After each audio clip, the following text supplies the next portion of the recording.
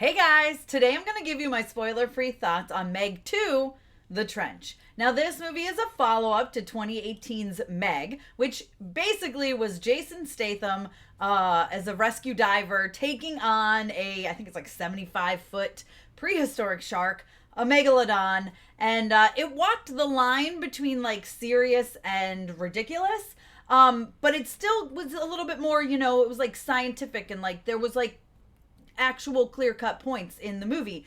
And Meg 2 tries to walk that line again, and unfortunately for me fails in a lot of ways. Now it was like, yeah, let's up the camp, let's up the ridiculousness. This is 2, right? So let's make it crazy and insane, and that could have worked and should have worked, but they tried to keep too much of like the seriousness, scientific stuff in there, and it kind of got to the point where it wasn't either one. Like it wasn't campy enough and it wasn't serious enough where it walked the line, but it was all over the place. It was like crossing the line in both ways too much. Look, that's like a shark swimming.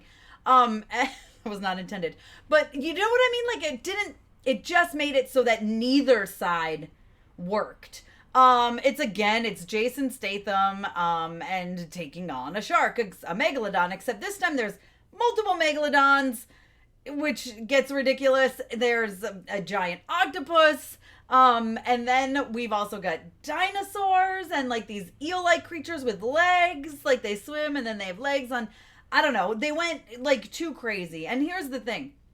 There's some really funny action sequences, fights, I should say. Wouldn't even call them action sequences with the creatures, right? Humans versus creatures. They're funny. There's like moments where you're like, oh no, oh, they did that, but then there's too many moments where you're like laughing at the dialogue, but not laughing like laughing at versus laughing with, right? I'm like, no, I'm laughing at you, Jason Statham. I'm not laughing with you. This line was too ridiculous. And there's too many moments like that, unfortunately, where I think people are going to be laughing just out of like cringy eye-rolling nervousness laughter instead of like, that was hilarious laughter, Like they try to push things too far. There's things that go on. I don't want to give spoilers, but I will say there is something about water that needs to go into the sinus cavity, okay, of Jason Statham's for a specific reason, which is ridiculous. And there were people laughing in my critic screening and not laughing like, ha ha ha, this is funny. Laughing like they really just said that and put this in a movie.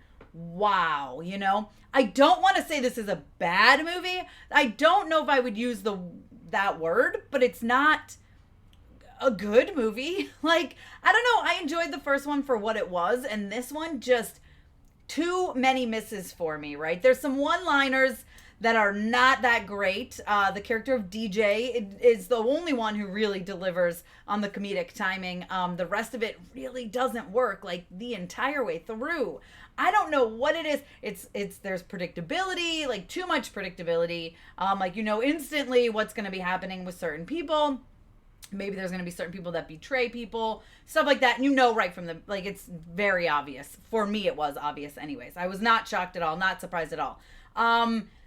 When it comes to the action sequences, like Jason Statham is a great action star, right? He's good at fighting. We've seen this before. And he has one human v human scene that goes very quick, and he doesn't even really get to show off all that he can do. So that was a little bit of a letdown. I was kind of excited that we were about to get it, and it was very quick and kind of anticlimactic. And speaking of anticlimactic, as you get to the climax of this movie, which there is like a massive long creatures versus humans, this whole thing going on, right? And then it just like ends.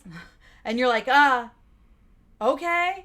There's some scenes that are absolutely ridiculous that work, when you're just like, I can't believe they did that. That was insane. Things you're going to talk about your friends with when they see it. One involves Jason Statham on a jet ski, and that's what I'll say, and you'll know what I'm talking about when you see the movie. And it's something you'll never forget. Like, it is a scene that is going to be burned into my head forever, in a positive way. It's just the other things that surround it. I felt like this movie never knew where it was. It was like, oh my gosh, we made money with Meg. The Meg, I should call it. We weren't expecting that. This is crazy. We made, like, this is awesome. People love it because it's just insane. And now we just don't know where to go with the second one. And the thing that surprises me is this is actually based off of a book series. I think there's like 7 novels. And I have a friend who read them that I was talking with, Wendy from the Movie Couple. Shout out to her. And she's read them and she said they're fun and they're a little bit more scientific, right? They're a little bit more grounded in actual like reality than the movies are. But there's 7 of them, which means that we could continue this franchise for a very long time if done right. And I just feel like even those who absolutely loved the Meg. Now, I'll tell you, I enjoyed the Meg for what it was. I wasn't like over the moon about it. I didn't rave about it. I was kind of like, okay, that was a movie and I saw it and I'm glad I saw it. This one, I'm like, okay, that was a movie that I saw. I don't know if I'm glad that I saw it. I've slept on it now. I saw it yesterday at the critics screening and I don't know. It just didn't work for me. Now, listen, to be honest, I love a ridiculous movie. You guys know that. Like, Cocaine Bear. I loved that movie. It was ridiculous. It's a bear doing cocaine and it was insane and it was ridiculous and it pushed the envelope and it was one of those things that just got more ridiculous and more ridiculous the longer you went on. This one just never finds its place. It doesn't know which side of the line it wants to be on, and because of all that weaving, it just fell flat for me, unfortunately. And I was excited going to this. I was like, it's gonna be bonkers and I'm excited for it. And maybe that's my fault.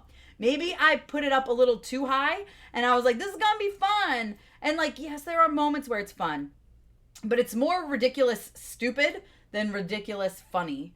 Unfortunately, I'm really, really bummed to be saying this, you guys.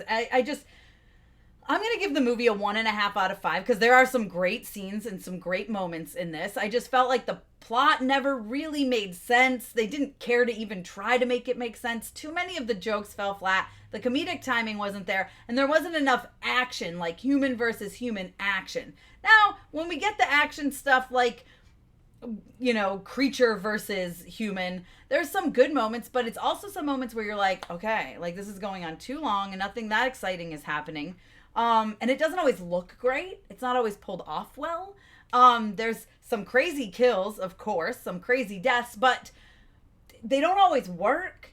I don't know. It just felt like they didn't really know which direction they wanted to go with this movie. And unfortunately, that kind of drug it down for the most part for me.